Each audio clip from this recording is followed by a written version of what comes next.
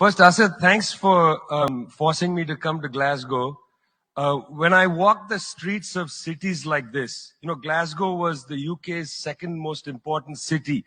Beautiful buildings, beautiful streets, a gorgeous city, When I see cities like this, I think also about the other side of it. There's a phrase from Walter Benjamin, every monument of civilization is also a monument of barbarism. I think of the famines in Bengal, the jute workers in Bengal sending jute to Dundee through the Glasgow port. I think of human beings from Africa enslaved and brought from Ghana to the New World, and all those prophets getting sucked into cities like London and Glasgow. Between 1765 and 1938, the British Isles stole $45 trillion pounds from India, 45 trillion sterling from India. We never got paid for that. When the British left India, when we threw the British out, our literacy rate was 13%. So much for several hundred years of so-called civilization. Meanwhile, our landscapes were destroyed. Coal was foisted on India. You foisted coal on us. You were the ones that came and made us coal dependent.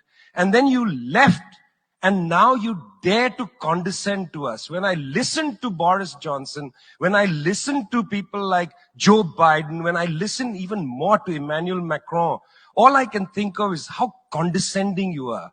You condescended to us 400 years ago. You condescended to us 300 years ago. You condescended to us 200 years ago. You condescended to us 100 years ago. You're condescending to us today. You only know condescension because for you, colonialism isn't something that happened in the past and we defeated you. It's not that. For you, colonialism is a permanent condition. And that permanent condition happens in two ways. There's the permanent condition of the colonial mentality.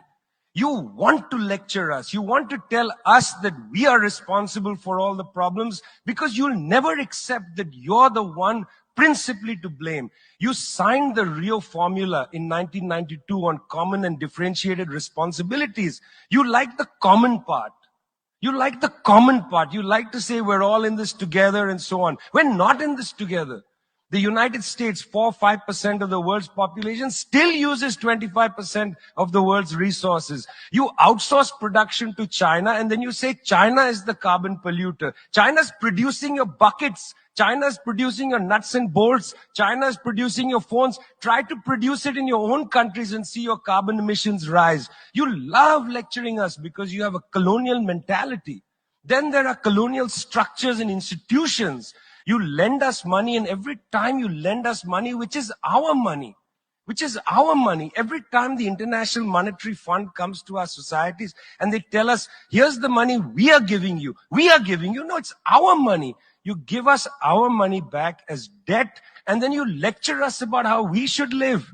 It's extraordinary. It's not just a colonial mentality. It's a colonial structures and institutions which reproduce themselves year after year after year. And let me tell you something. The climate justice movement, not clued enough on this. Not clued enough on this. The climate justice movement is a movement that says we're worried about our future. What future? What future? Children in the African continent, in Asia, in Latin America, they don't have a future. They don't have a present. They're not worried about the future. They're worried about their present. Your slogan is, we're worried about the future. What future? That's a middle-class bourgeois Western slogan. You've got to be worried about now.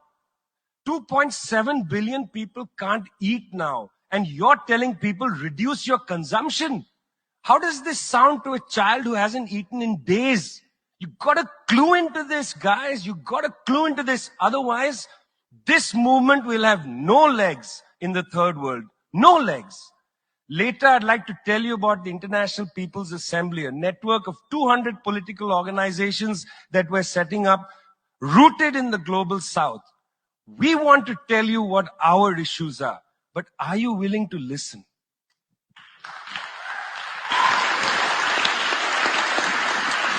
Thank you, Vijay.